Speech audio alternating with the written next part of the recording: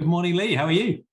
I'm well. How are you? Yeah, doing great, doing great. Well, thank you so much for making the time to join this series of Sentientist Conversations. It's a pleasure to have you here. And I came across your work through your writing, which clearly links to one part of our agenda, this question of naturalism, supernaturalism, what to believe and what's real. But what I didn't realize until I, spoke to you was how much work you've done on, some of the morality and ethics side of our question as well. So it's brilliant to get the chance to talk to you and understand your own philosophical journey. And I guess this series of conversations are framed with an obvious bias because I'm trying to popularize and develop this very simple pluralistic worldview called sentientism, which answers the two questions we focus on in this podcast with a simple statement of let's use evidence, reason, and have compassion for all sentient beings.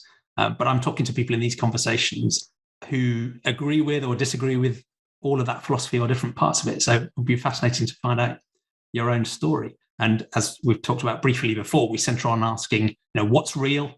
How should we believe things about the universe? And what matters morally? And then its implications for the future. But before we go on to those crazily broad questions, how would you best introduce yourself and your work? I'm a philosopher of science. So I've been a professional philosopher for quite a number of years. But what I do now, I consider to be public philosophy because I'm interested not just in writing for other philosophers, though I want to do that too. I like to reach out to make my work accessible to the general public, but also not just to bring the public into what philosophers are doing, but to have philosophers consider what the public is interested in. That's been easy recently because what I've been writing about, what I'm interested in, is the problem of science denial. And this is maybe disinformation. Science denial is the scourge of our age. So if there were ever a time when philosophers, could be useful, I think it's now. And so this is kind of a golden opportunity for me after having done most of my career writing for other philosophers. Now I'm branching out.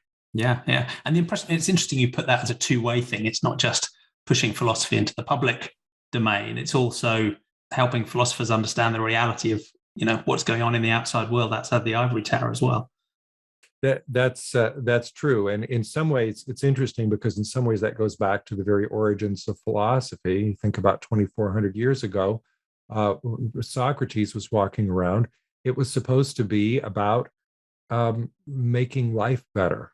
Yeah. You couldn't just study philosophical questions without it being important to how you lived as a human being. And I think we've gotten away from that, and I'd like to do more of that. Yeah, I mean, he saw himself as a gadfly in society, trying to nudge it in a better direction. It wasn't just an abstract. And he didn't write a word. Yeah, yeah, exactly. Yeah, just talking. Left that to everybody else. Yeah, and in a way, that's part of my, because I'm an amateur to this field. I'm not a philosopher myself. I've read quite a bit, but I'm an amateur in all the fields I dip into.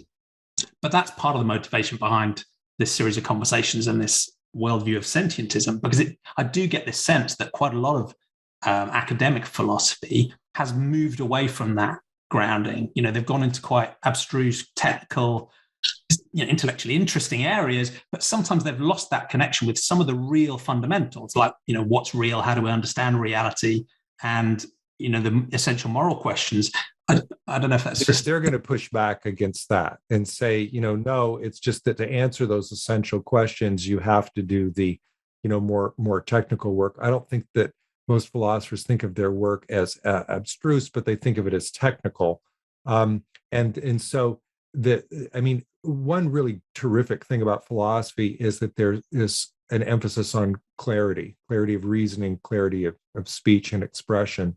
And I think that, to me, a natural extension of that is to make it clear not just for people who are already specialists, but to, as I say, to bring other people into it. That's part of what I think is important about doing philosophy. So, but I don't mean to make it sound like all of those foundational questions or the technical questions are not interesting to me, because they are. It's just that philosophers can't just be talking to one another, especially in a time like this. How can we just be talking about what are the standards for truth when there's epistemic crisis in the country, in the world right now. Right now, yeah. And I think you make a fair pushback, because it's true in almost any domain that to make sure that the basics are well founded, quite often you need to do detailed technical work that may not be easily accessible by the general public, but that does not mean it's not valuable. You've got to make sure those underpinnings are locked together and solid as well. So that's a fair pushback. Yeah, I'll try to be less critical. But let's. So that's a great intro. Thank you so much, and we'll come back to many of those themes when we talk about how to make the future better. Because I think I agree with your thesis that that's one of the central challenges we face today is, accurately understanding reality and also working constructively with people who, we think don't. So we'll come back to that later on. But the first of the two deep questions we like to ask is that epistemological question of what's real. So for many of my guests, that's a story about whether they grew up originally in quite a naturalistic, sort of maybe skeptic, atheist, agnostic sort of household with a scientific mindset, or one that was more supernatural or spiritual or maybe religious, and how that context, that childhood context, has shifted over time, if it has. So it'd be interesting to know your personal journey. You can wind the clock back as far as you like on. Okay. Well, before I do that, I'm going to prove to you that I'm a philosopher by challenging the premise of the question, which is that you said that it's an epistemological question to understand, talk about what's real. But philosophers make the distinction, as I'm sure you know, between ontology, which is the science of being, and epistemology, which is the science of knowing. And there is, in fact, I think, in philosophy, a very deep question of what the relation is between ontology and epistemology, between what the world is and how we know the world. Because it's possible that the world is some particular way, and we just don't have any good way to access it.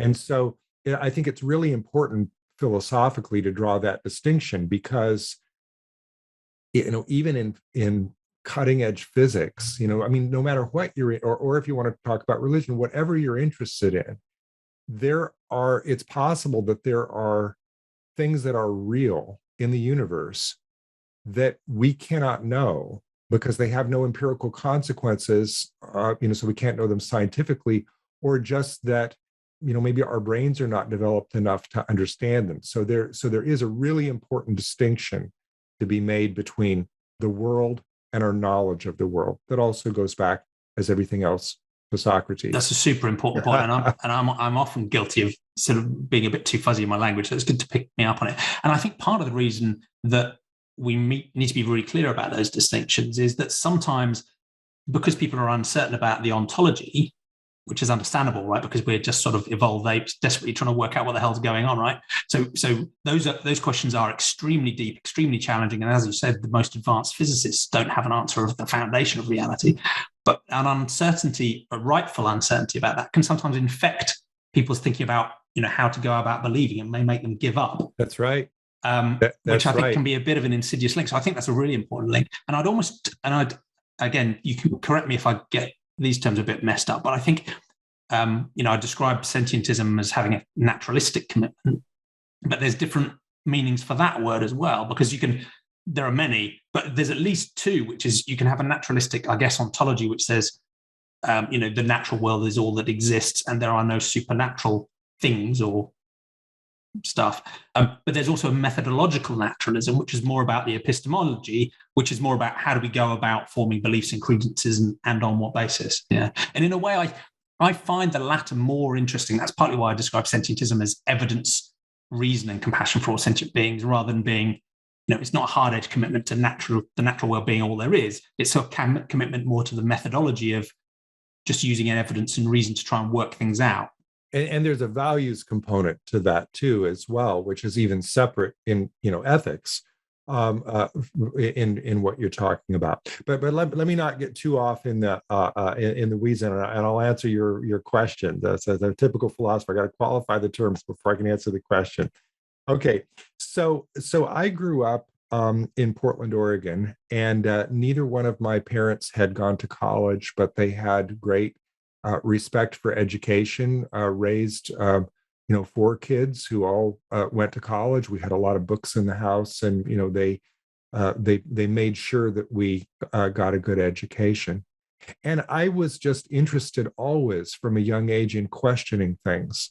My mom in particular, who is a stay-at-home mom, um, didn't treat me like a kid. She treated me like somebody who was worthy to have a conversation with. So she would never say, because I said so, but she would also never just answer the question. She would say, well, what do you think? Or, what would that be like? Or why do you think that? So in a way, that sort of made me a philosopher early on. And we talked about everything. I mean, we talked about things from, was the sun I remember asking her what the sun was. And she said, well, it's a star, but it's just very close. And then I asked, well, so are all the other stars suns? Yes.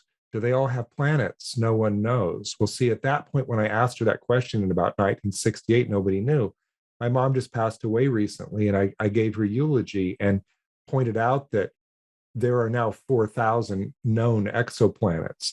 So, she was really up on this. She understood.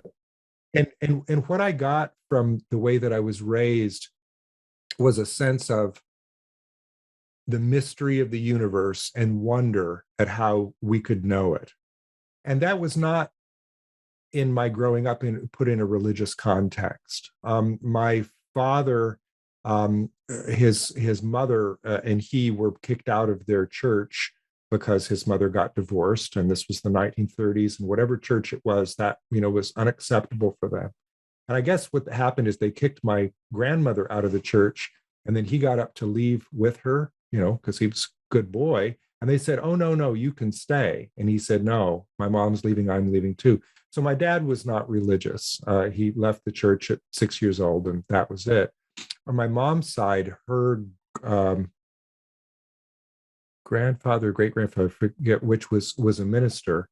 And so there was some on that side, but for whatever reason, on that side of the family also not religious.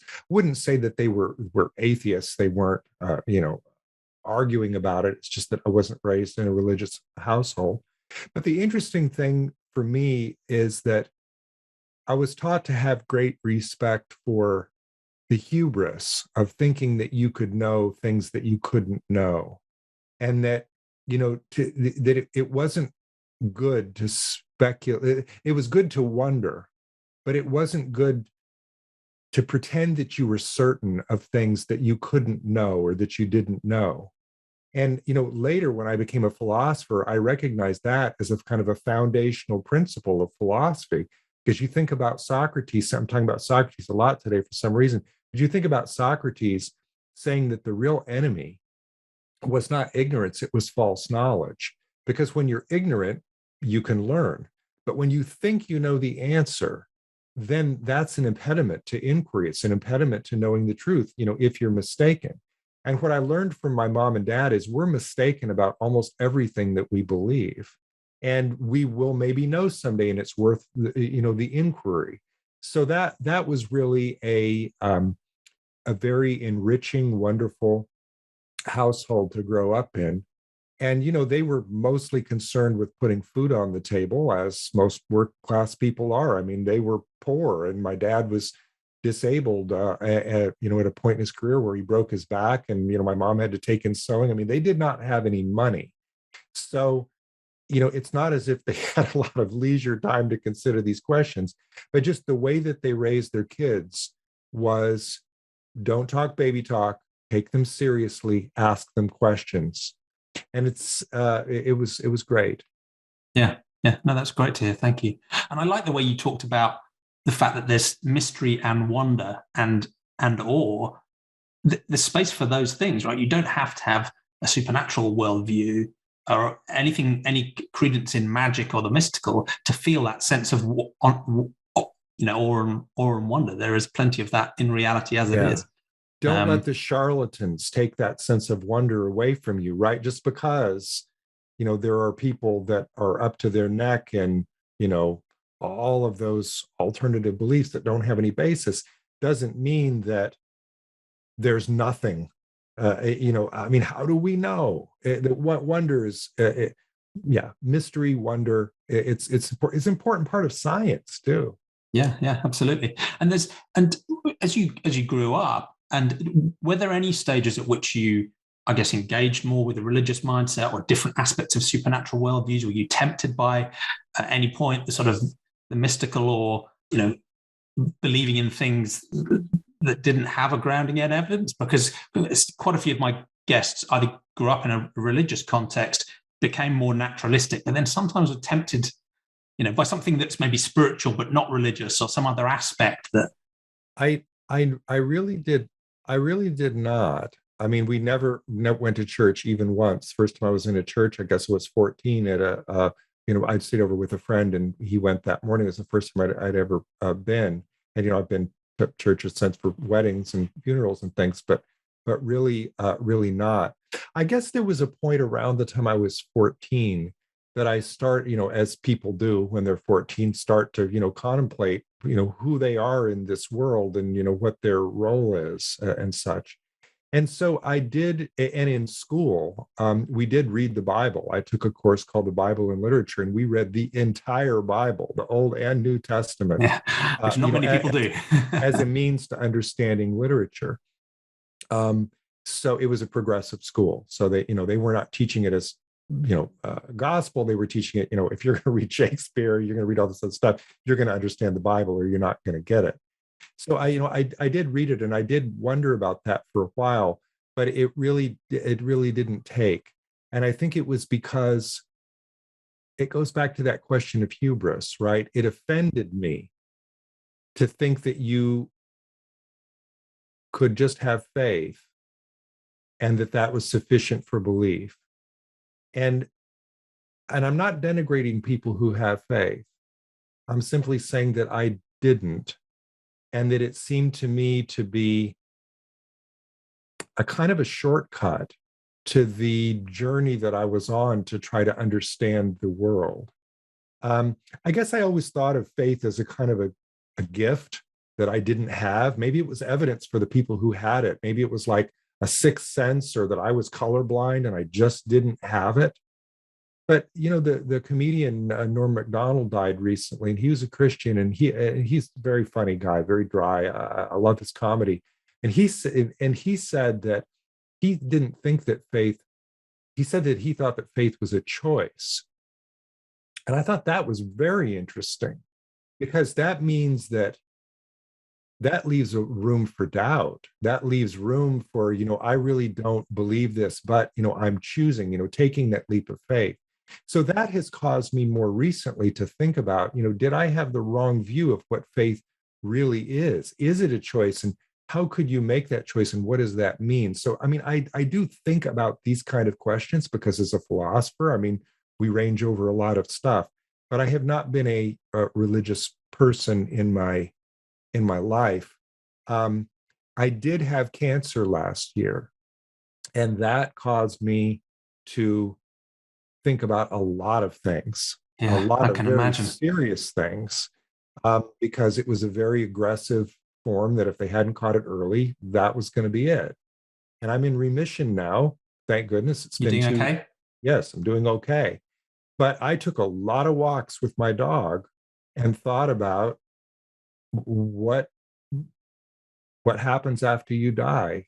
And, this question of uncertainty that we all wrestle with is pretty serious, because it's not just a rational question, it's a visceral question when it involves your own life. And so, I have revisited some of those questions. I am still not a spiritual or religious person, but I don't think it's crazy to think that it's possible that there are aspects of reality that we simply cannot understand while we are embodied here on earth, that our brains are just not sufficient to understand it. And so, so I said that, faith in a way kind of offends me. What also offends me are people like Richard Dawkins, who claim not just, his atheism is not what offends me. It's when he claims that because he doesn't believe in God, that means that after we die, it's just blackness and, a hole in the ground and no consciousness. How does he know that? He has no evidence. Nobody's ever come back from the beyond to tell us one way or the other. And it's always seemed to me that, that's not a good attitude to have, because what it really seems like is that he's saying that the two go together. And I don't understand that, that belief in God and belief in an afterlife. And maybe for me, it's wishful thinking. I want to believe in afterlife because I don't want to die and, have nothing. But it did occur to me that if I ever sat down with Dawkins, I would ask him this question. If you're an atheist and you don't think that we need God to explain this world, which is wonderful, why do you think we need God to explain the next world? How do you know that there couldn't be something absolutely amazing that happens to us that's completely naturalistic, just like this world is? Why does, so why do you give that up? So, these are the sorts of questions that got me into philosophy, because I wanted to know what was at the edge of space. How could space be infinite? What was at the edge of space? And I asked my mom, and she said, probably a brick wall. And I said, what's behind the brick wall? And she said, probably more space. And I couldn't sleep for a while with that. I mean, I was a kid. I was, 5. I revisit some of those questions now, having faced death. I revisited some of those questions. Yeah. And I think that revisiting and the humility that goes with that has to be central to a naturalistic worldview. If you're talking about methodological naturalism, that humility has to be part of it. And I do find it interesting because some people who have maybe a supernatural or religious worldview will say they've got there through a naturalistic method. They'll say the Bible is evidence of the religious truths, or that their own personal experience gives them some evidence that there is something beyond, or they're a connectedness, or they feel a identification with the deity or something else, right? So they will say, look, I've used a naturalistic approach and I have got to a supernatural conclusion, if you like. Whereas for others, and you said, in a way it's a choice, that choice is one that is more purely faith-based. It is fideism. It's look, I don't actually need evidence or reason. I have chosen to have this belief, or this belief was given to me. I maybe didn't originally choose it, but I am choosing to maintain it, regardless of the evidence and the reason. Yeah, the fact that there are questions that we can't answer is not an excuse for pretending that we have one, right? I mean, there are simply questions that we can't answer, and getting comfortable with uncertainty is an important part of life. And it's the part that I revisited when I was diagnosed with cancer, because how do you live your life in the face of uncertainty? I can never quite figure out whether it's certainty or uncertainty that's the real problem, right? Certainty of death, but the uncertainty of when.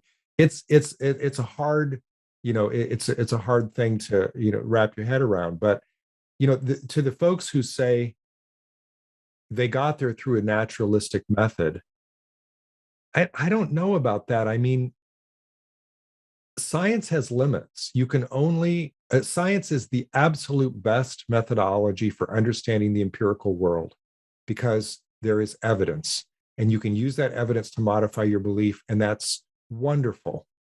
But there are things that you cannot investigate, areas where there are true, right and wrong answers, where there is true and false, where there's no empirical evidence whatsoever. So science has its limits. And scientists, I think, normally recognize that. And so science isn't the solution for all of our knowledge deficits. And I think of the folks who make the transition to the supernatural, it's because they're so uncomfortable with the uncertainty. They're so uncomfortable with not being able to answer the questions that they want an answer. And I've just never been able to go there. I want an answer too, but maybe because of the way I was raised, I've always come back to the wonder and mystery part of it, that I'm maybe a little more comfortable with it. Even when the stakes are high, even when the stakes are life and death, I try to accommodate myself to what it means to live an important life, a valuable life, a meaningful life in the face of uncertainty. Yeah, thank you. And it's another one of those areas where I think the binary approach just fails, right? Because on the one extreme, you can say, it's a breathtakingly complex world. Our perceptions are limited. Our reasoning is always flawed. The evidence can always be questioned. We can know nothing. Okay, well, I don't think that's particularly productive, right? The other extreme is dogma, whether it's a religious or a supernatural or a naturalistic dogma, where you say, look, I'm 100% sure, and then you stop thinking because no evidence will shift you, right? And of course, the right place is the middle ground, where we have uncertainty and degrees of uncertainty. And that doesn't mean that uncertainty doesn't mean we can't have working hypotheses and we can't have credences of different degrees that can, enable us to act and decide and move forward in the meantime. But we need to maintain that humility. But it's a really interesting balance between this hubris and humility, because I think for many who have a more naturalistic scientific worldview, they will sometimes look at people with a religious or a supernatural worldview and say, we have humility because we're always open to new evidence. You have the hubris to think you can know that there was a creator, and you know all about the creator, and you know what the creator wants, and you know what good and bad are. You have the hubris. We scientists have the humility. Whereas the people with a religious supernatural worldview see it very much the other way around. They say, our religion is, in a way, a sense of active submission, of humility, because humans aren't, submissive to a God. We're just a part of a broader world. We accept the awe and wonder. Certain things are ineffable. We can never know them. And it's you scientists who have the hubris to, do your randomized controlled trials and get your Excel spreadsheet out and tell us what the answer is. So yeah, it's a fascinating balance. And as ever, I think the right answer is genuine humility in the middle. But as you've said very clearly, being uncertain doesn't mean, one, you use that as an excuse to give up, right? Let's keep trying to find out more. Let's keep learning. And two, just don't make shit up in the meantime, right? If there's something you don't know or you can't know, fine, just have a low credence in it. But don't make stuff up until the evidence is there. I like the way you put that, and the two poles there remind me too that in some ways, some moments in philosophy are even worse, right? Because think about Cartesian skepticism or Humean skepticism, where you're not even sure that the sun is going to come up tomorrow. How do you know you're not in bed dreaming right now and an evil genius is deceiving you? I mean, science at least accepts sensory data. If you're in Plato's cave, or you're in Descartes' stove-heated room, you don't even have that, because you're not sure that anything that you're perceiving is actually real. Yeah, the teenager running the simulation we're part of could just choose to switch it off and play GTA instead. I've been thinking about this recently. In fact, yes, I've been thinking about this recently. In fact, that there's a sense in which doubt can also be toxic. That doubt can be crippling, because and I've also started to wonder whether maybe doubt, it can be so bad that it leads you to faith, right? Because to have that sort of doubt where you're not even sure that this is your hand in front of your face, or that you're awake, or this or that. And I have great respect for all the tradition of philosophical skepticism, and consider myself a kind of an empiricist, in the range of folks. I think David Hume had it just about right on just about everything. But even Hume admitted these, I think he said in the appendix to the treatise, these considerations make sense in the study, but not at the gaming table. There's a sense in which, as sentient human beings, we cannot force ourselves to give up the idea that causation is real, and other things. And so, I think that there's a sense in which if you go down that rabbit hole, you're really not allowing your brain to range over the different possibilities. I mean, I've struggled with this throughout my entire philosophical career, because the arguments for skepticism are so good that it almost convinces you that, my gosh, how can you even believe anything? And yet you have to, you do. And so what are the standards? What is a reasonable standard? And I guess my own position has shifted a little bit more toward I guess I wouldn't say pragmatism because that's a loaded term in philosophy, but I have great respect for the, I guess, well, this is also from Peirce, though, fallibilism, the idea that you can assert what you think is true, understanding in your mind that it might not be true and you have to revise it based on further evidence. That's a very scientific point of view. I love fallibilism, for that reason, because you do, just to navigate in the world, have to have certain beliefs. And here's the thing, certain beliefs are better than others. I hate the false equivalence that people use. Science deniers use that a lot, right? They'll claim, "Oh, I'm such a skeptic that I don't believe, I believe in a conspiracy theory." Well, that's not skeptical first, but but I don't believe anything you say, scientists, until you prove it. Well, by putting themselves that far, that's not how science works. And they've got themselves locked in this chamber of doubt about the things they don't want to believe, so that they're really not open to any evidence to convince them. And I think that's just no way to live.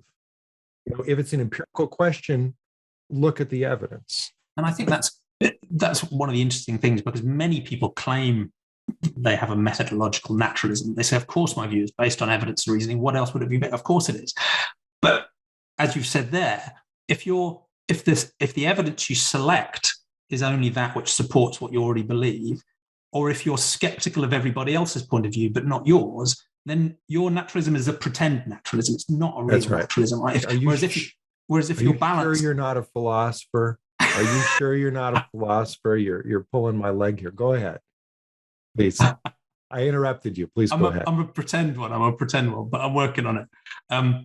But I think that's the challenge, right? Is if you're even about your assessment, we can never be unbiased, of course, right? But at least if we're making an honest effort to try to do that, and we have what is an appropriate level of skepticism, I don't know, but at least if you're consistent in the skepticism you apply to scientific evidence, to your own personal experience, the evidence of other people, and as a final test, which I know is highly relevant to you, is if the evidence changes, you will change your credences, right? Then you might convince me that you're making a good faith effort to be a naturalist rather than just pretending to be a naturalist. Part of any naturalism, science, any of it, really, any responsible search for truth on the basis of evidence, has to involve a certain amount of consistency. It has to be somebody who is not just protecting their own beliefs, but willing to be knocked off if their beliefs are don't pass what the evidence says or some logical standard. That has to be really important. And too often, I study science deniers. This is what I've been doing for a long time now. They're very inconsistent. They will have this double standard, that if it's something that they don't want to believe, it requires proof. But if it's something they do want to believe, they're completely gullible. That's the worst of both worlds, really. They believe in a conspiracy theory, about flat Earth, say. Well, why would you believe that? And yet you think that the scientists are all lying to you and they need to prove it. It doesn't make any sense. It just always strikes me as intellectually irresponsible, to proceed that way.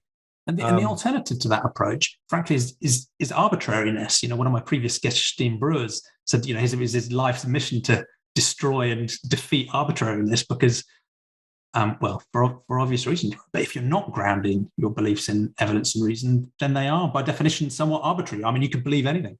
Well, yeah, whatever you want, and that's and it's related to what I was just saying too, because the false equivalence is the pathway to arbitrariness.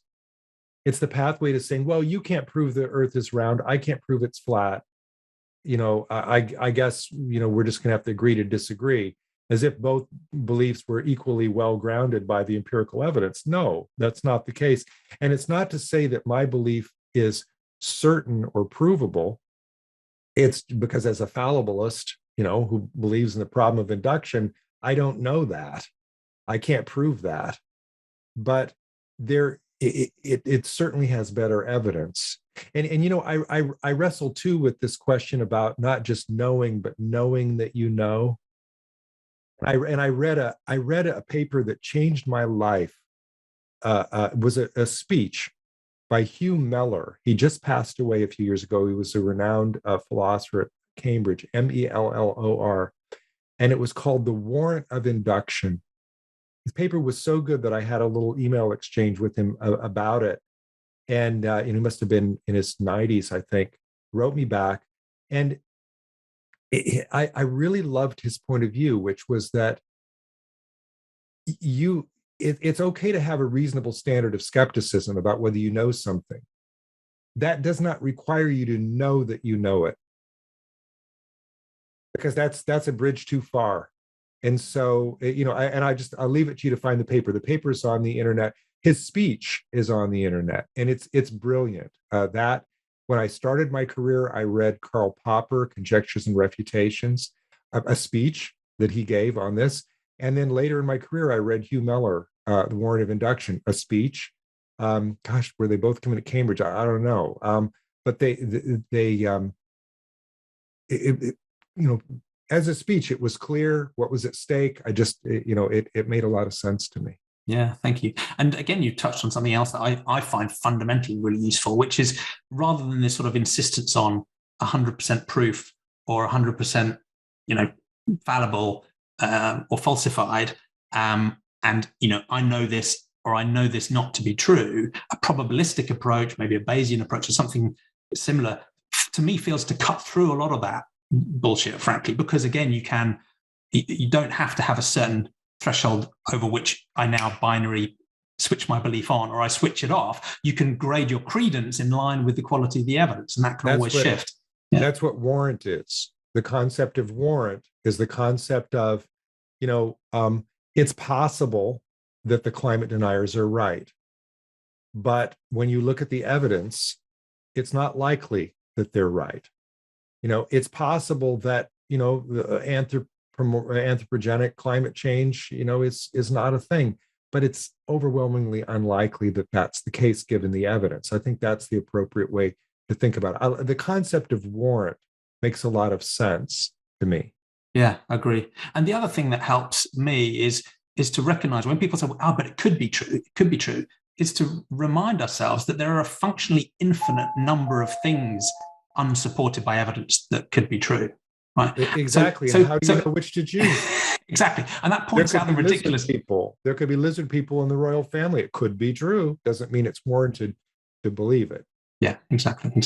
Now, the thing, you've talked about Hume already, and we'll probably he'll be rolling in his grave as we try and attempt this segue from what's real to what matters, because some people think maybe there's a chasm there that should never be breached. But really, that's the second deep question I'd like to go into is morality and ethics. And that, again, it's a journey really about how people grew up and how their way of thinking has changed over time. And it tends to break down into two chunks. This question is already too big, but the first one is, what is morality grounded on?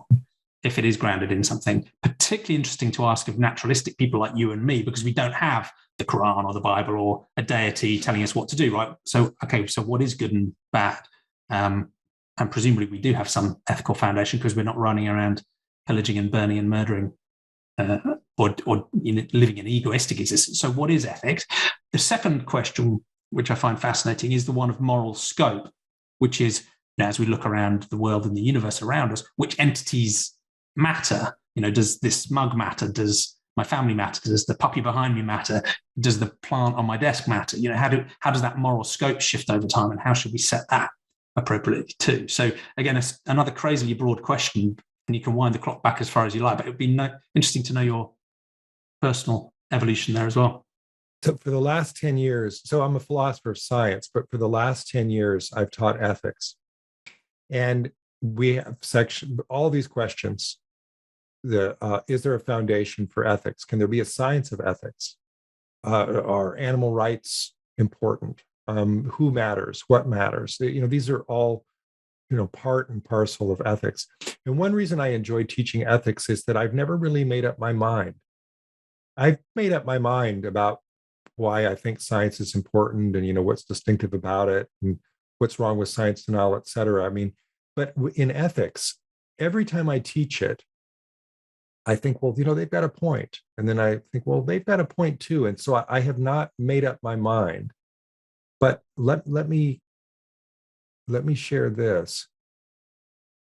A lot of people have wanted there to be a science of ethics because we have this deep visceral feeling as human beings that there is such a thing as right and wrong, that it is not an arbitrary distinction between right and wrong. And there are certain famous moral theories which hold no, that there's no absolute right and wrong. We think of utilitarianism. It depends on happiness. Now, why are they valuing happiness, saying that that's a good thing? It's, right back to that question of, well, right and wrong, good and bad, happy, unhappy, what counts, what should count. But so I think it's kind of irreducibly a question of values. And values are not set on I don't think on a naturalistic foundation. That's a very Humean thing to say, right? That it's just not that there's some, you can't derive an ought from an is, right? It just, and you don't need it. But that raises this question. So what is the study of values? Is it just this helium balloon taking off in the air with nothing attached to it? Because if so, and also if it isn't grounded in naturalistic reality, does it have any grounding at all? And then, as you said, exactly. is it just detached? Does it matter? Is it again arbitrary? Does it matter? Yeah. So when I have time in my ethics class, I do a section on evolution, because I think that there are certain scientific answers to the question of why we have the moral beliefs that we have. I think that it would be difficult for the evolution of our species if we didn't have a proscription against, mating with siblings.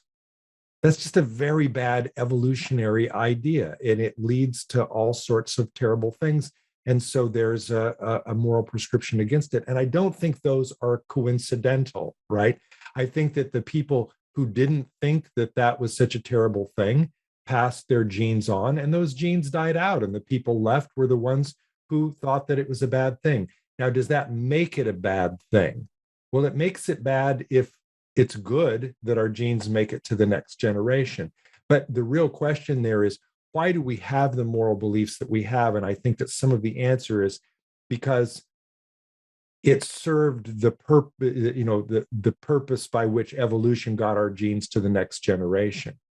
But that can't be the entire answer, because if that's the entire answer, then it means that there is actually no such thing as right and wrong if there were no evolutionary consequences. It would mean that if I were the last person on Earth, and with one other person who, it was not a question about getting our genes in the next generation, but just there were two people left on Earth, that it would not, humanity was going to not survive.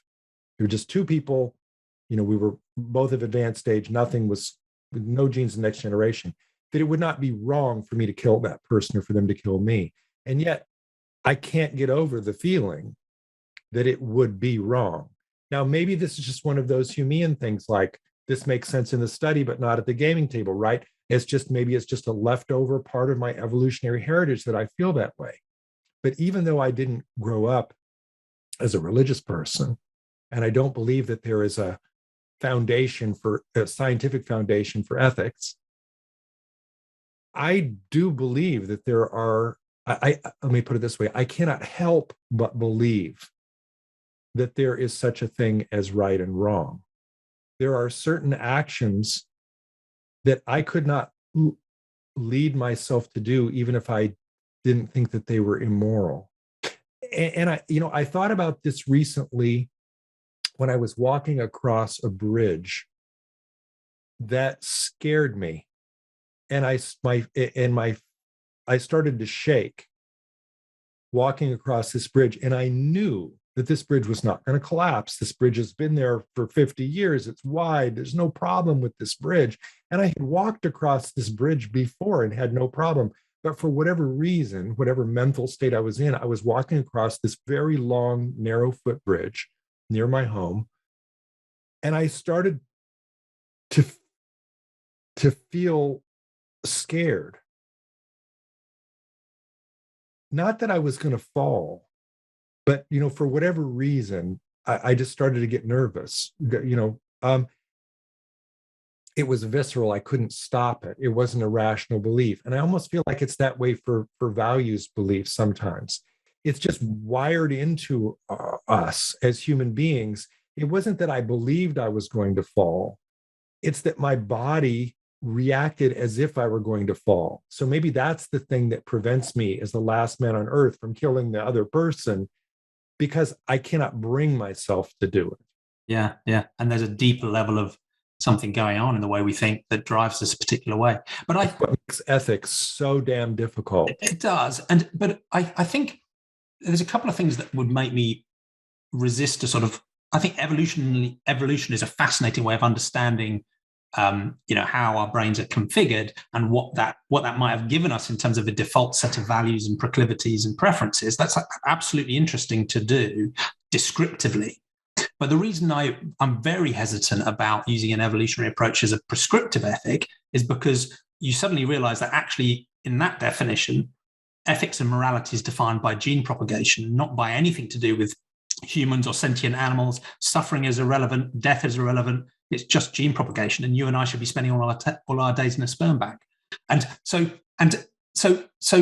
I think part of it comes back to, and this may seem arbitrary in a way, right? But in a way, all words are arbitrary. But I just don't think that's what we want ethics or morality to mean, right? No, you're right. That's to geld ethics, right? That's to say, it is a science. It's the science of evolution, because it completely excises the question of normativity. It makes it an entirely empirical, descriptive, positive science of, we have the beliefs that we have. And what do you say about somebody who, for whatever question, doesn't have the same gene that we have, the sociopath, the other person? Well, that's not wrong. It's just, they're a genetic anomaly, just the same as they had a third eye. So I think you're absolutely right, because I do think that normativity is important, and that that's the part that you can't have a science of. And by the way, that's the most important part of ethics. Yeah. And I think partly because, the evolutionary process has gifted us some, what I'd see as, really good stuff, right? Cooperation, communication, compassion. I don't think many of these things, they were not human inventions either. I think they were around many millions of years before humans came on the scene, that, a mother felt compassion for their children. But it's also gifted us tribalism, aggression, rape, infanticide, all of that shit too, right? So, but because, the question, the evolutionary question could be, why do we believe it's wrong to X? But the values question is, okay, so why is it still wrong? Because we have a sense that, it still is. I mean, I remember I brought my dog into ethics class one time. We were doing this section on animal rights, and I told a story, and she passed last year, and I have other dogs, of course, but she was super smart, so smart that she's a German Shepherd, as all my dogs are, so smart that she could tell what I wanted and what the commands were, and seemed to have a feeling of guilt. And so, when she would chase a rabbit, I would say, don't do that, and she'd stop. When she had a rabbit in her jaws, I would say, out, and she'd spit it out. But she chased a rabbit one time, and she chased it under the porch where I couldn't see her, and she killed it. Now, so for her, that was an important distinction, that I couldn't see her. And it was terrible. I brought it to class, the idea to class. I brought her to class to ask them, did she do the wrong thing? And, is there an animal, not just do animals deserve our respect? Do animals have rights to be treated a certain way? But do animals also have duties and responsibilities? Did my dog commit a crime? She knew it was wrong because I said it was wrong, right? She knew she, quote unquote, shouldn't be doing it, which is why she hid to do it. But then it leaves the question, did she commit a crime? Did she do an immoral act? And so, this and I still don't know where I sit on that, because this morality question is so hard. And it might be interesting to sort of lay out where I've got to on this, and you can challenge it, because in a sense, I start from a definition of morality or ethics that fundamentally is about how we express a concern for others. So I'm sort of putting aside maybe a religious or a supernatural definition of ethics that says it's doing what God wants, or submission or obedience. It's saying, right, in a naturalistic context, ethics is really about a concern for others. And I guess in a way, it's a reflection of my own concern for myself, in that, one of the things I'm most confident of, going back to Descartes, is that, I think and I experience and I feel things, and I call the things I don't like suffering, and I call the things I do like flourishing.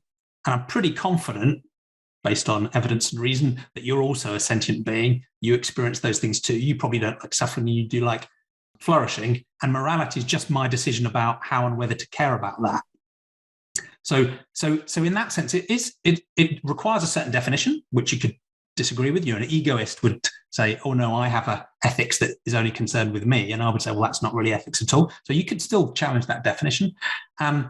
But it's also not disconnected from a naturalistic understanding of reality either, because it is grounded in a scientific understanding of what it means to be a sentient being, and what the patterns of information processing are that go on in my mind that I experience as negative, and that being suffering and suffering being bad. So it's not moral realism in the sense that I think truths are floating out there before sentient beings existed, but it's also not relativistic or nihilistic. It's grounded in the fact that I'm sentient. That I'm sentient, you're sentient. Like suffering. Yeah. But here's the problem, though, I think.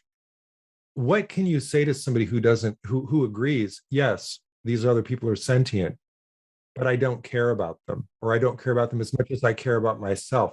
That there's nothing you can. It's like trying to convince somebody that when they're about to die, that they should write that last check to pay their bill, and they say, who cares? Well, how can you convince somebody to care about something that they don't care about? I can't. Yeah. Ultimately, I think it is a choice. And so I don't think you can, get some sort of chain of imperatives that will incontrovertibly force someone to have compassion for beings they don't have compassion for. You can talk about how it might help their self-interest. You can talk about how it might help them feel better. You can talk about, you can argue in all sorts of different ways. You can talk about logical consistency. You can talk about, these beings suffer, and shouldn't their suffering matter like yours? You can argue as much as you like. Ultimately, that is a choice. But I would say that if someone takes that choice and says, I just choose not to care, they are simply choosing to be amoral or immoral. And people can do that. And hopefully the rest of us will constrain them. But I'm not sure. Ultimately, I do think it is a hello, Luna. Sorry, I've been joined by another sentient being. Okay. I understand. Hello.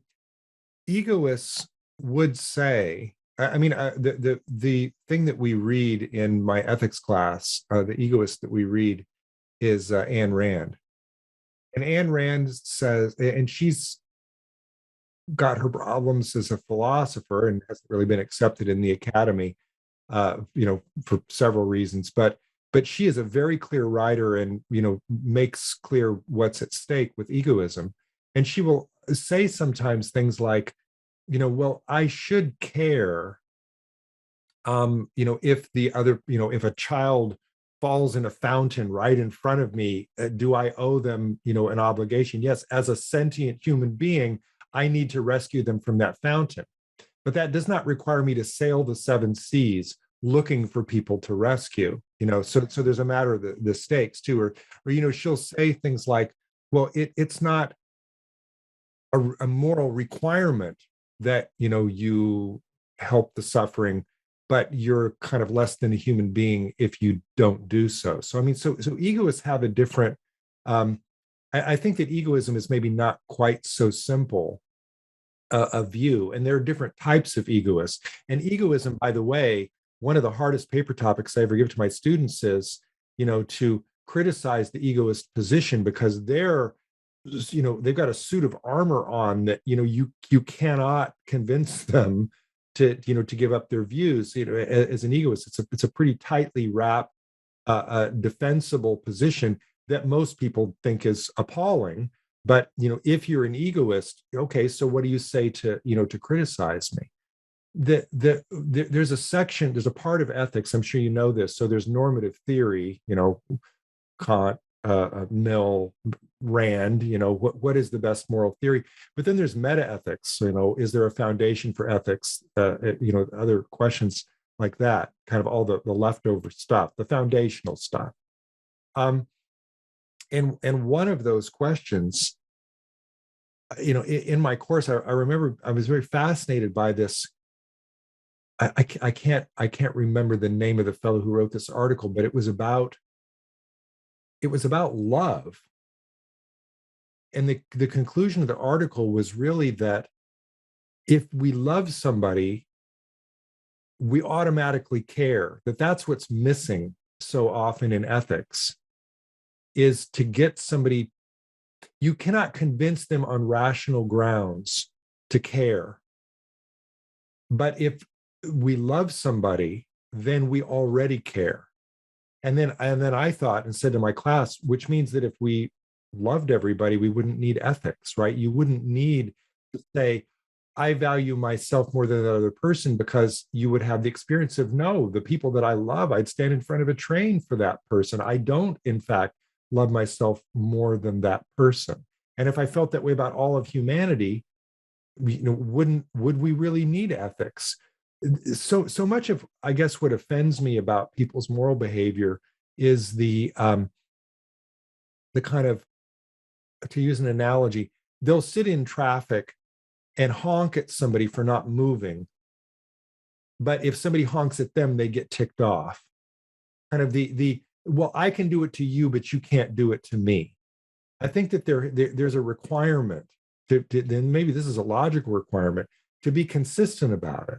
And that's one thing that I really like about Kantian theory, right? I like this idea that, act in such a way that you could be a moral exemplar, act in such a way that, if everybody acted like that, the world would be a better place, which sometimes gets reduced to the golden rule. You treat others as you'd like to be treated. It's not quite the same thing, but I think there's something to that. In the same ways we talked about that need for consistency in epistemology and weighing evidence. I think you're right. There needs to be some degree of independence, or the independent view or the imperative view that's consistent for ethics as well. So, but we've left the caring question hanging, because where the rubber really meets the road in my class is animal rights. Because people, we read Peter Singer, who goes there. Peter Singer argues that if you are really a consistent moral person, which for him is a utilitarian, you would have to give up everything that you own in order to help somebody who's a stranger, on the other side of the world, because nobody has, you can't care more about your utils than you care about theirs. And then to take it out one step further, all animals. And that's where a lot of students really have trouble. I mean, they have trouble with the idea that they should give up their riches to give it to a refugee. But when I say, and you should also give up your riches for the sake of dogs, cats, you should be a vegetarian, you should do all this other stuff, according to Singer, I lose 99% of them. But then I point out to them that that's just a question of how large your circle is. You care about yourself, you care about your family, you care about your friends. How much further are you willing to go with this? Yeah. And I think that's the second part of this sentientism idea that I'm trying to develop, because the first part is this naturalistic methodology, if you like. The second part is is a commitment to compassion for all sentient beings, or moral consideration for all sentient beings. And in a way, I'm trying to set that in such a way that it's neutral on ethical system, right? So you could be a deontologist or a virtue ethicist or a utilitarian or take a feminist care ethic, or you apply any of those different sorts, as long as you grant moral consideration to all sentient beings in your thinking. So, for example, Christine Korsgaard has extended Kantianism to recognize all sentient animals as ends in themselves. I like that. So not just utilitarianism, but no, all of them, to all include all sentient beings. Yeah. Yeah. So you could have a virtue about showing kindness to all sentient beings, or you could have a deontological rule about itself. So that's one. The second is it just talks about moral consideration. So it doesn't make an explicit demand, if you like. So it just says you just have to consider morally all of these entities. You can't exclude them from consideration when you're thinking about what the right thing to do is. So within that, you could still have a very broad, you could go to the ultimate demandingness thing of, I need to shut down my entire life to help other sentient beings, or you can find a more moderated approach, maybe a more realistic approach, where people will at least say, well, let's at least grant moral consideration to the extent that needlessly causing suffering or death to another sentient being will be negative. But, can we really be expected to take the demandingness, all the way to the end? Agreeing that they should be taken into consideration is a very different thing than saying, okay, so I should act on that. Just like I know I shouldn't overeat, but from the weakness of the will, I still do, right? So I know it's wrong, but I still do it. So maybe people will say, well, I understand that I'm supposed to be a vegetarian, but I can't help myself, So I'm, there's so many things in what you just said that I think of so do the other sentient beings also, they have to take us into consideration? And does it depend on how intelligent they are? Should the sparrows in the yard care about my wants as much as I should, care about theirs? Is it reciprocal? That's So I guess my thoughts on that. One is, it's specifically focused on sentience, which in my terms is the capacity to have experiences, valenced experiences. Conscious. Well, the reason I use sentience rather than consciousness is because sometimes people load extra stuff into consciousness. They might load in, a certain level of sapience or creativity or the ability to plan for the future. Whereas sentience is much more like any valenced experience, really suffering or flourishing. To the clams, mussels. So I think they're a grey area. I think, again, you'd follow the science and try and work it out probabilistically. But my understanding of the current consensus is that, a sea sponge has no sentience, even though it's an animal, because it has no nervous system at all. Clams and bivalves, pretty confident they're not sentient because they don't seem to centralize their nervous system. Octopus, yes. Octopus, definitely yes. Decapods, definitely yes. All the vertebrates, definitely yes. Fish, definitely yes. So, but that's a movable feast as well. Again, sentientism doesn't tell us which entities are sentient. It just says, follow the science, and then with prudence, grant moral consideration.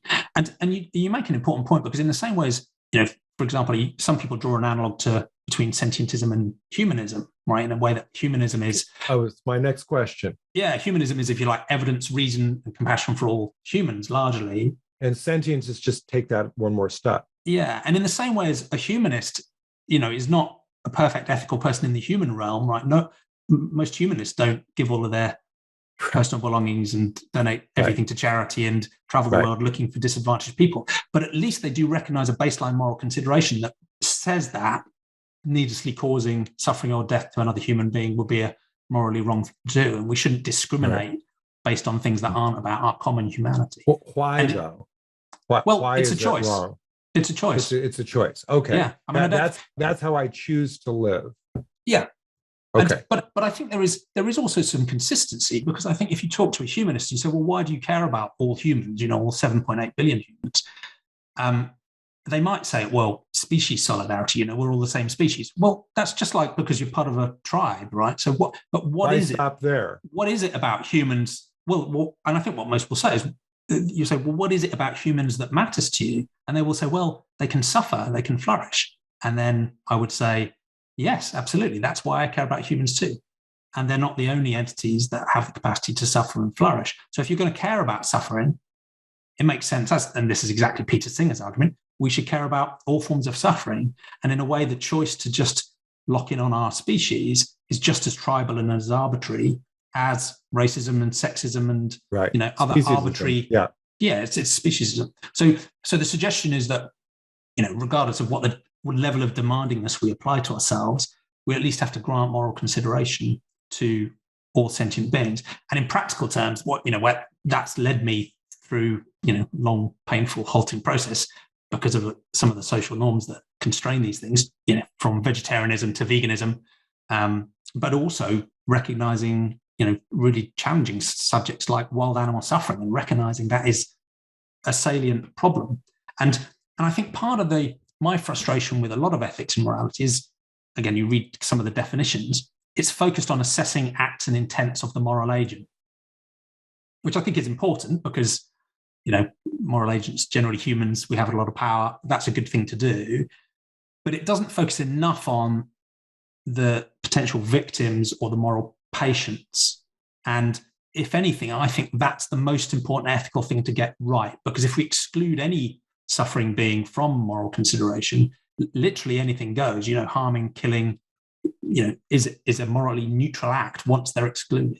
But once they're included, it doesn't mean we've solved the problems, but at least we've recognized that their suffering counts too, and we should have some degree of motivation to try not to cause more of it. And of course, for many people, they don't even extend that to all human beings. No, absolutely. Yeah, I mean, that's still, long work in progress. And in a way, that's part of the, we don't want to let the perfect be the enemy of the good. I think the Universal Declaration of Human Rights is so far from being implemented, but it's still great we put that stake in the ground and said, look, all humans matter, at least in concept, and we've got a lot of work to do. And in a way, I'm suggesting, following Singer and Ryder and many, many other thinkers that go back thousands of years, we need to put that same stake in the ground. Maybe we need a Universal Declaration of Sentient Rights too. And I think when you think about that scope expansion to include other sentient beings, and you recognize their position as independent individuals with experiences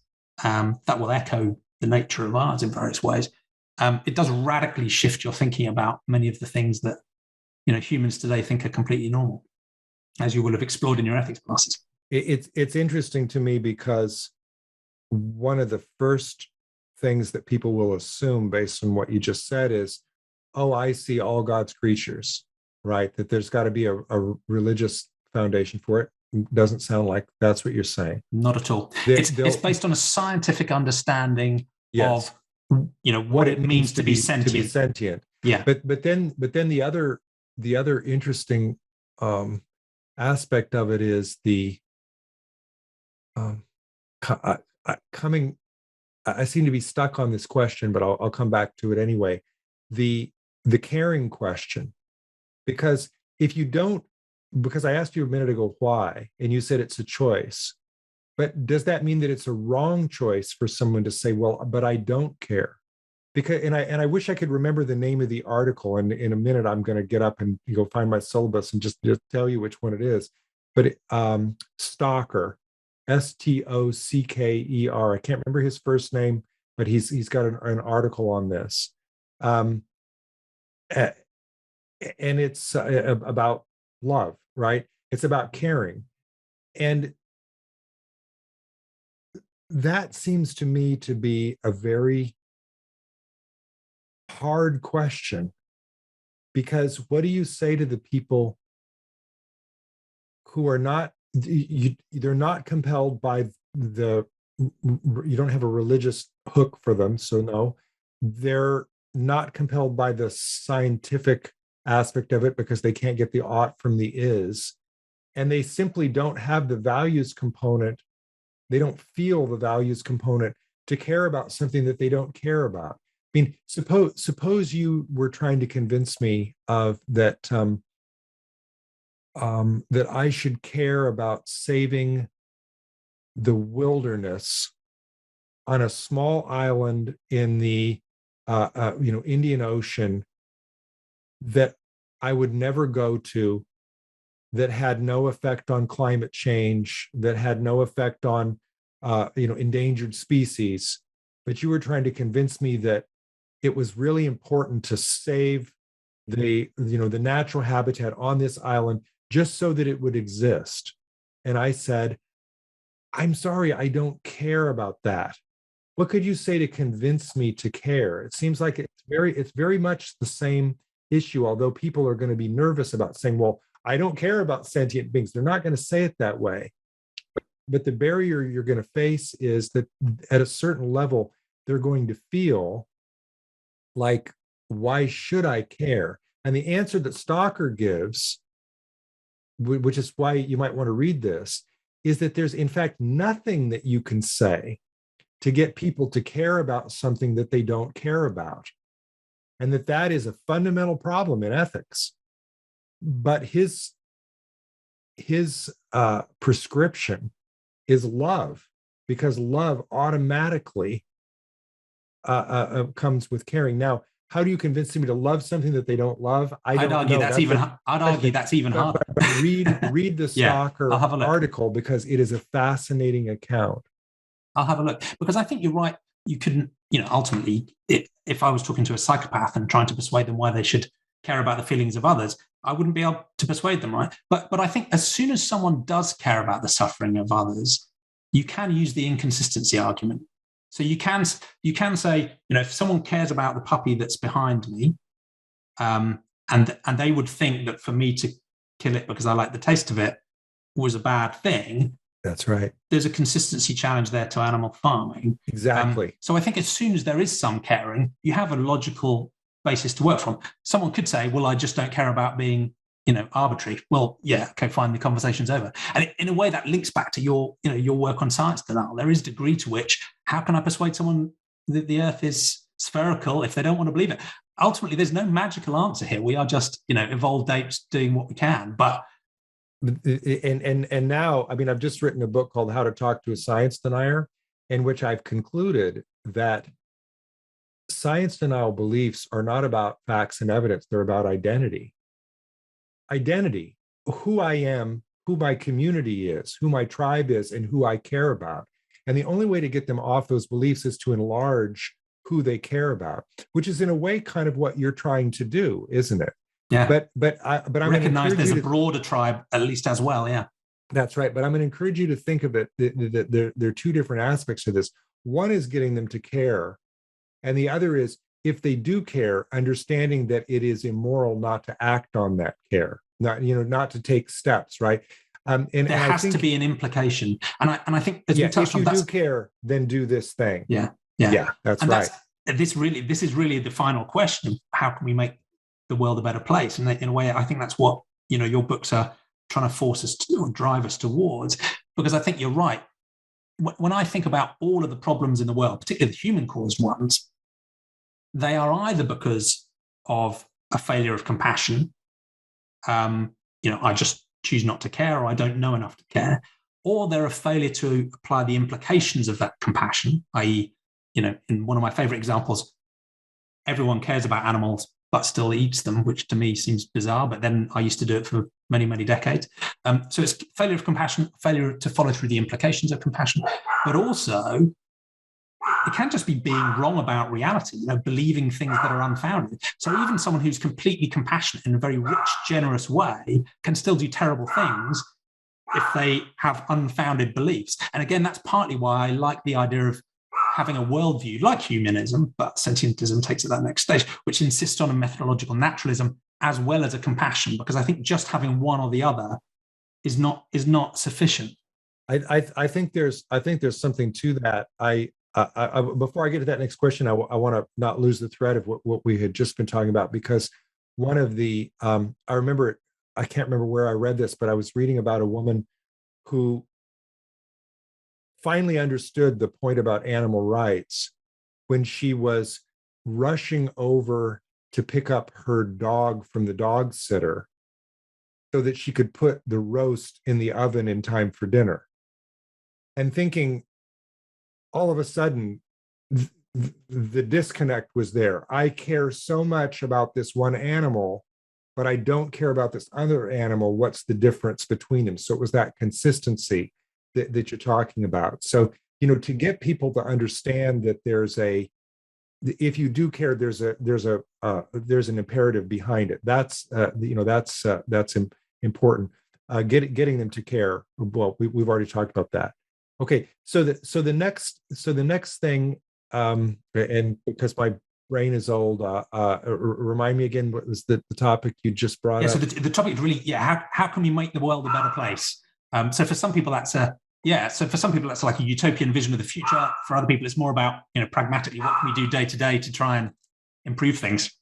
So I'm going to relate this back to the book that I just wrote. I started to write this book thinking that the only problem with science denial was a problem of belief. And if I could just get people to change their beliefs, then things would get better. Use the example of climate change. What's really stopping us from doing all that we need to do to prevent climate change? You think, okay, it's climate denial. Specifically, it's about 20 members of Congress in the United States who really probably think that climate change is real, but they're just the type of people who care more about being elected to Congress than they do about doing the right thing. So if we could just get those 20 people out of office, right, maybe things would get better. But I became convinced over time in writing the book, and especially after I talked to some coal miners who believed in climate change, that it wasn't simply a matter of belief. It goes back to this issue of caring that we were talking about. Because you can believe that climate change is real and that we ought to do something about it and still not do the right thing. And that's a deeper problem. I mean, if you thought science denial was a hard problem, that's an even harder problem, which you know because you're in a similar crusade, right? Because I'm not just trying to get people to care, to change their beliefs. I'm trying to get them to care enough about having good beliefs or in acting on what those beliefs imply. The flat earthers, they're not probably hurting anybody, though they're contributing to a culture of denial, but I'm not as worried about them as I am about the COVID deniers and the climate deniers, because they are hurting people, right? I think if I could just convince them that, to understand the science or, to understand the facts. But what I realized, that is not enough. Even if I could do that, which is hard enough to do, what gave me the hubris to think that if I could change their mind, I would change their behavior and that the world would improve? Yeah. It's such an important point because, it strikes me as there's almost a couple of extra levels, right? There's one which is, getting people to hold the correct beliefs. But as you said, then there's another level of sort of tribal performative belief expression that may well be different. And then there's the implications. So when you look at, for example, there's some really interesting survey work on this, but you look at a religious community, many of them don't believe the supernatural beliefs. There are many agnostics and atheists within the religious community, but because it's a community and a tribe, there's a performative need to profess and so on. Same in climate denial, same in flat eartherism. In all of these groups, there are people who don't really believe in QAnon or don't really believe that animal farming is humane, but whatever it is, you're in part of a tribal identity, you have a sense of belonging that means you need to express certain beliefs, even if you don't really have them. And then, as you said, right, the next level is then actually acting on the implications of those. So that's a fascinating, it's a tougher problem than many people think. And I've started to wonder if the solution to that is not to change individual minds. Like if you could just achieve a quorum of individual minds, then this problem would be solved. It's to change the institutions. It's to change the larger social structures that shape the behavior. I'll give you an example. The behavioral economists have studied how to get people to use less energy. So, and we're talking about people who care about climate change and they care about using less energy because they're paying for it, right? How can you convince somebody to use less energy? And what they found is that if you sent them their energy bill with a little graph that showed their energy use relative to their neighbors. That was a very powerful thing because there was a community aspect. There was kind of a sense of, we're shaming you. And sometimes they put a little frowny face on it because you're using too much. You're using more. Do you realize that you're using more energy than the house on your left and the house on your right? And then you go, oh my God, am I really? And then that was a very powerful incentive for people to change their behavior. And so maybe the answer to you getting more people to embrace sentientism is not simply to change minds one by one. It's to see if you can think about the cultural ways to embrace sentientism. For instance, climate change. I've heard an awful lot about how climate change is going to make the world worse for us. But it is a disaster for biodiversity. I mean, the effect on the rest of the natural world is going to be enormous. I mean, you know this, surely. More than for us, we're going to be able to accommodate by migration in certain ways, or I mean, many people will die, but it won't be an extinction event, we hope, for the entire Earth. I mean, it doesn't have to be for us to take it seriously, but I don't even hear that many people talking about biodiversity. I don't hear them talking about, the effect, how many species we're going to lose. Let alone how many individual animals. Yeah. So just making that, exactly. So, but making that part of the conversation, changing the way that we talk about climate change, for instance, might be, able to give more leverage on that. And yet I continue to come back to this question of how to get people to enlarge their scope of concern. This is a term that I used. Somebody told it to me in one of the workshops we're doing on climate, the circle of concern. I think it's a term from psychology. How do we get people to enlarge their circle of concern? I went to the Maldives to see climate change and to talk to the people who are experiencing it, because the Maldives is the most threatened country.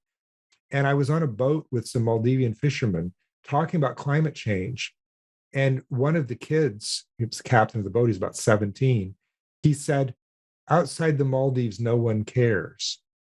Cares, not no one knows, no one cares. And I was trying to think about how to enlarge people's circle of concern, because once you met that kid, then you do care. One of the prescriptions in my book is that we need to talk to one another again. We need to talk to people that we disagree with, because when you talk to people, you care about them. And when you care about them, you're also more likely to trust them and more likely to change your beliefs. Just by being a sentientist, is that how you say it? Yeah, you are providing an example of another way to be, right? You're saying, no, I can do this.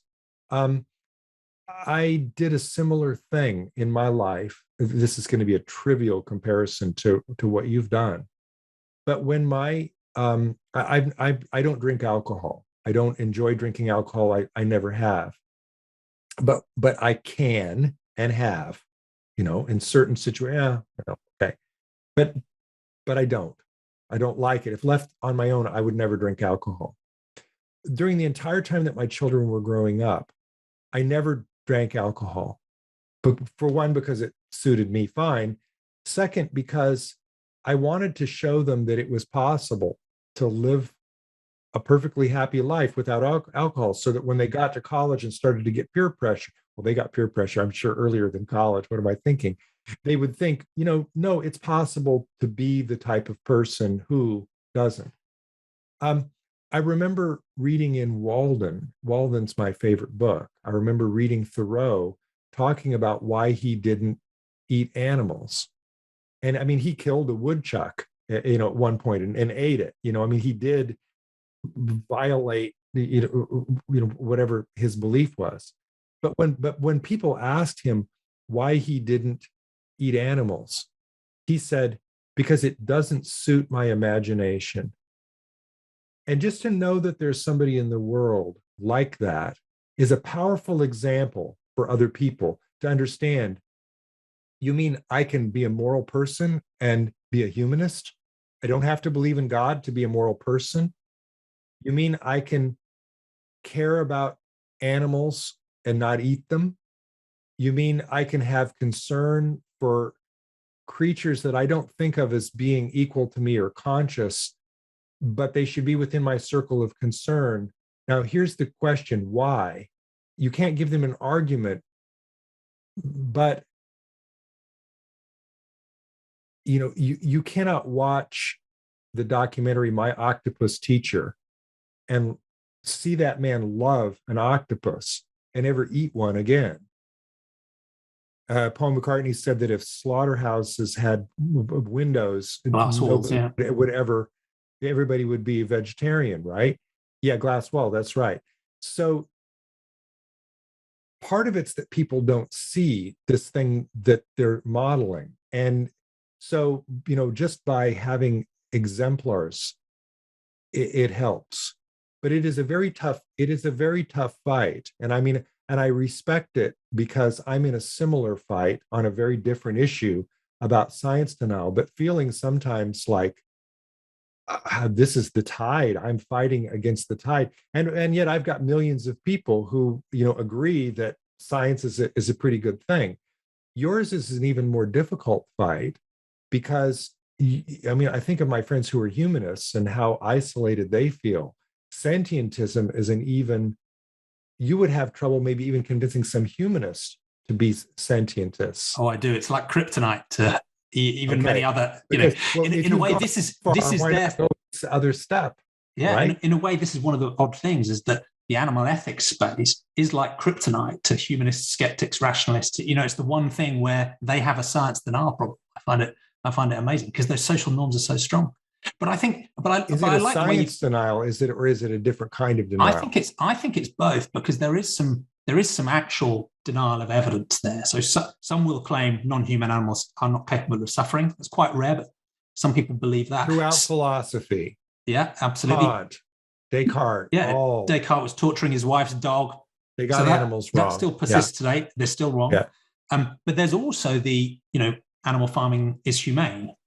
There's billions spent convincing us of that. We want to believe it because we want to carry on doing what we're doing. It's just factually untrue. So I think there is, there's some fact stuff, denial stuff, and then there is not caring enough. But I think there's the hope I find. One of my answers to how can we help people broaden their scope of moral consideration is by freeing them from struggling with the bottom half of Maslow's hierarchy. Right? You touched on this before. Right? If people are struggling for survival themselves, it's quite hard to expect them to have an expansive moral concern. And I think there's also a latent ethic along these lines that's already there, because when you look at people's concern for other humans, there's a latent ethic there, even if they haven't yet carried the implications through. But it's actually true for non-human animals as well. So there's a recent survey by the Sentience Institute, and I'll get the numbers roughly wrong, but in a population of US adults, 92% agreed that non-human animals suffered in a roughly analogous way to humans. I think it was around 50% actually thought the slaughterhouses should be banned, and 35% were in favor of ending animal farming completely. Now, the proportion of those who'd taken the implications of that compassion through into their personal lives is tiny, but it's sort of there if we can make it easy for them.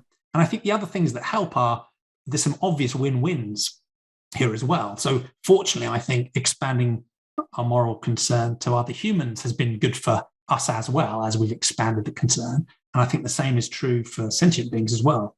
You touched already on the implications of animal agriculture, for example, on climate change and zoonotic diseases and human health. There are sort of self-interested reasons for us to be more generous with our compassion. Well, and to make it easier to do, thinking That's about the culture. That's the key. Because it's one thing if people feel like, really, I've got, like recycling. Okay, you want people to recycle and they believe in recycling, but if you make it too hard, they won't do it. So, but you have single stream recycling, you make it easy, more people will do it. And I think if anything, that's probably, and you touched earlier on, and as you worked on through your book, almost come to this conclusion that it's a lot of it is about systemic and institutional change. And I think that's where the rubber hits the road, because if we can make it easy for people to take better decisions and normalize taking those better decisions, that's going to be probably much more productive than trying to win a moral argument with individuals one at a time. Think about what's happening with electric vehicles. If you make it so that there are a whole bunch of electric vehicles available and they're cheaper than I thought they were and they run pretty well, and I'm going to get a tax credit, you make it more attractive. This is maybe a dumb example, but I tried the Impossible Whopper. Yeah, what do you think? It's pretty good. Now, I haven't had a real Whopper. I don't eat beef or pork. Now, why do I draw that distinction? Why do I still eat chicken and fish, right? And I'm sure you're going to work on me once the camera's off, or maybe now. But, I hadn't had beef in a long time. So my friends tell me the Impossible Whopper is not that good. You just have forgotten how good a regular beef is. But when I tasted the Impossible Whopper, I thought, wow, that's pretty good. And, would that be a transition for somebody if they already maybe wanted to make that transition, to make it easier for them? Yeah. I think those things might draw through. One, thanking you for the conversation. It's been absolutely fascinating.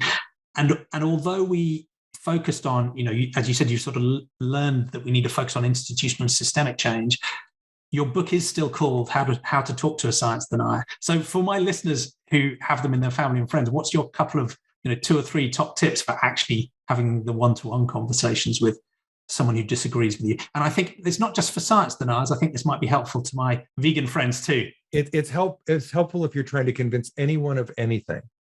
Be calm, be respectful, be patient. Listen to what the other person has to say. Most denialist beliefs, are based on community, on identity. And someone will not change their beliefs if they don't trust you. So one reason to talk to people face to face is because it builds trust. And in talking to science deniers, they're not just misinformed, they're disinformed. They're denialists because somebody is creating a lie for them to believe. And so you have some empathy for them. They are duped. Yeah, and they're a victim in a way, yeah. They are a victim. And so in trying to convince them, just show your humanity. And there are numerous anecdotal accounts of people who have changed their mind on science denial topics. And the fascinating thing to me is that it always happens in the same way. It's always through personal engagement with someone that they either already trusted or grew to trust. So the best advice I can give, which doesn't mean that you don't still need to buy the book, but the best advice I can give is, that little nugget that, in approaching somebody, just be calm and respectful. Don't expect to, have them say, oh, what a fool I was, after 10 minutes. It's about building relationship and taking it one step at a time. That's great. Thank you. Well, that's a wonderful way to close. What's the best way of people following you, buying your book, learning more about your work?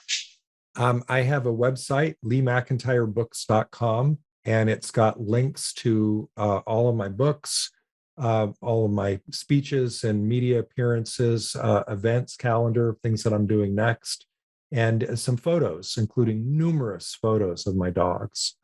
People are interested. One of them has been in here with me the whole time, and the other one is a very independent dude, and he's downstairs, I think, waiting for me to come out of here. But they kind of run the house. So. I can imagine. Well, yours is showing Luna up. She's been, every time you mention the word dog, I think she was barking. So that's okay. Yeah, I've got a soft spot for dogs. Yeah, wonderful. All right. Well, I will let you go. Thank you again so much. Thank you. It's been a genuine pleasure. Yeah. For me too. Really enjoyable conversation. Thank you so much. Stay in touch. Take care. Bye-bye.